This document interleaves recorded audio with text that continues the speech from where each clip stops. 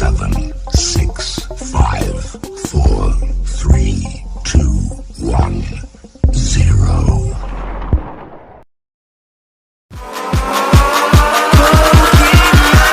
Gotta catch 'em all.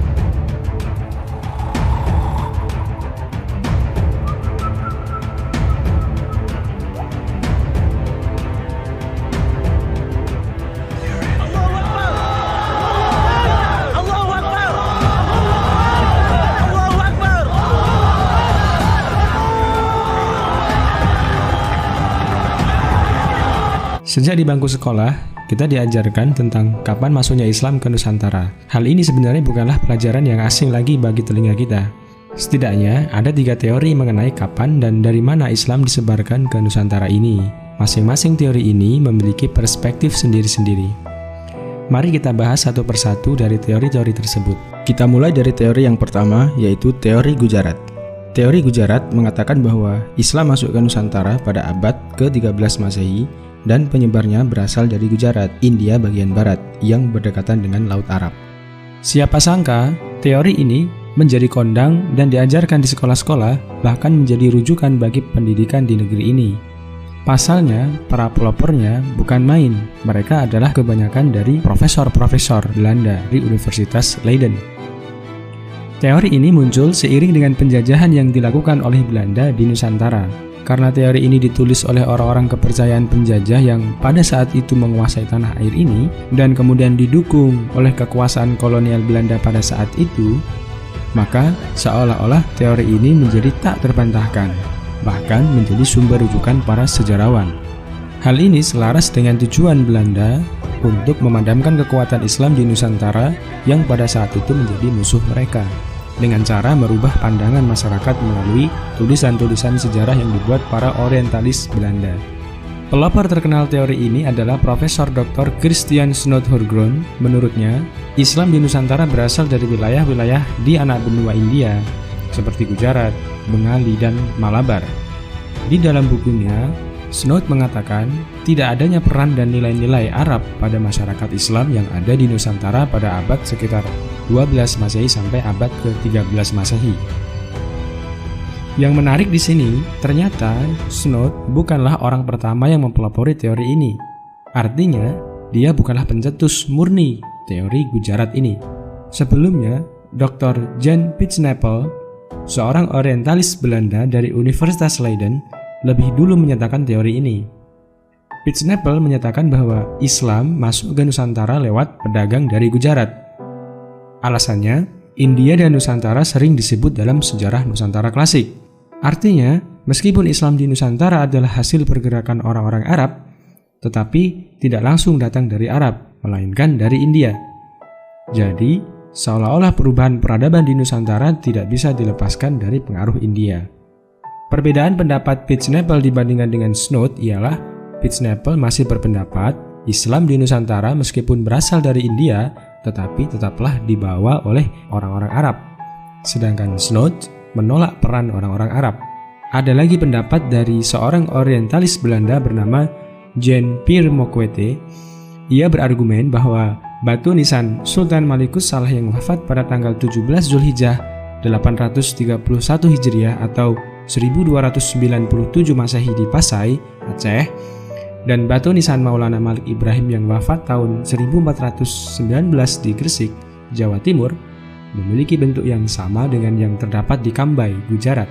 Oleh sebab itu, Mokwete menyimpulkan batu nisan itu diimpor dari Gujarat atau setidaknya dibuat oleh orang Gujarat atau orang Indonesia yang telah belajar kaligrafi khas Gujarat. Alasan lain, menurutnya bahwa ada kesamaan mazhab Syafi'i antara Muslim di Nusantara dengan Muslim di Gujarat. Tidak seperti pendapat sebelumnya, Mokwete cenderung menekankan asal Islam yang ada di Nusantara berdasarkan bukti batu nisan.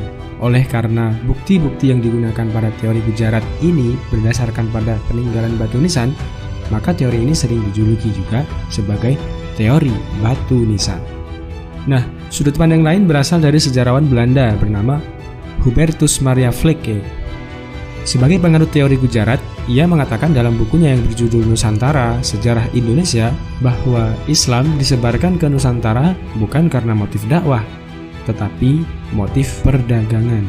Dengan corak penulisan sejarah yang seakan ilmiah, sistematis, dan dilengkapi daftar pustaka, dan bahkan rujukan yang banyak, seolah sejarah Islam di Nusantara karangan para orientalis barat ini sangat meyakinkan. Namun, seperti apa yang dikatakan oleh Muhammad Qutb dalam sebuah buku yang berjudul Kaifa Naktubu At-Tarikh Al-Islami, atau artinya mengapa kita perlu menulis ulang sejarah, di situ Muhammad Qutb menyimpulkan mengapa umat Islam ini perlu menulis ulang sejarah Islam yang berbeda dari tulisan para orientalis selama ini.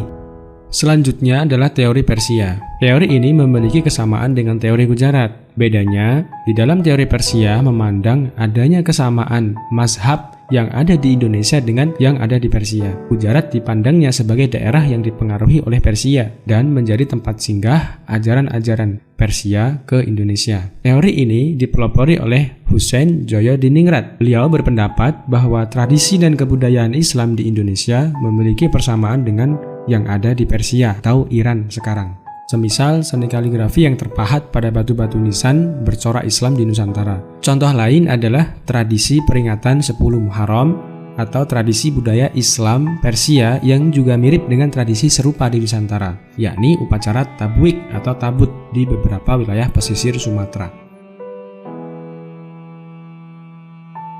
Teori Mekah.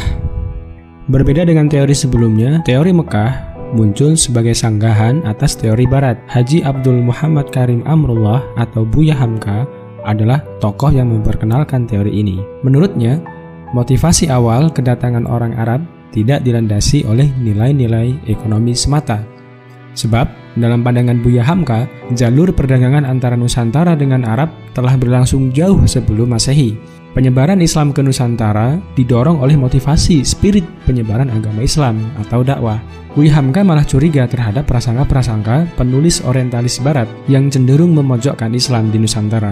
Buya Hamka menolak anggapan bahwa Islam dibawa oleh pedagang dari Gujarat, India, sejak abad ke-13 Masehi.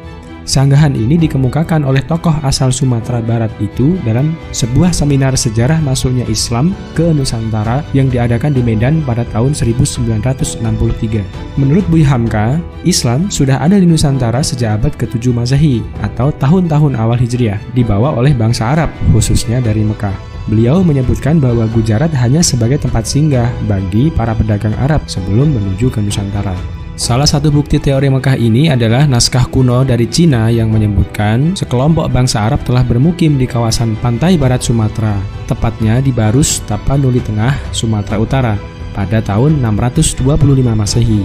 Di Barus, yang pernah dikuasai kerajaan Sriwijaya, juga ditemukan naskah kuno bertuliskan nama Syekh Rukunuddin yang wafat pada tahun 672 Masehi. Keyakinan Buya Hamka tersebut dikuatkan oleh teori yang dikemukakan oleh T.W. Arnold sebelumnya. Berdasarkan sumber yang sama, yaitu berita dari Cina, Arnold dalam bukunya yang berjudul The Preaching of Islam menyebutkan bahwa ada seorang pembesar Arab yang menjadi kepala daerah pendudukan bangsa Arab di pantai barat Sumatera pada tahun 674 Masehi. Penulis barat, kata Buya Hamka, melakukan upaya yang sangat sistematik untuk menghilangkan keyakinan negeri-negeri Melayu tentang hubungan rohani yang mesra antara mereka dengan tanah Arab sebagai sumber utama Islam di Indonesia dalam menimba ilmu agama. Pada masa itu,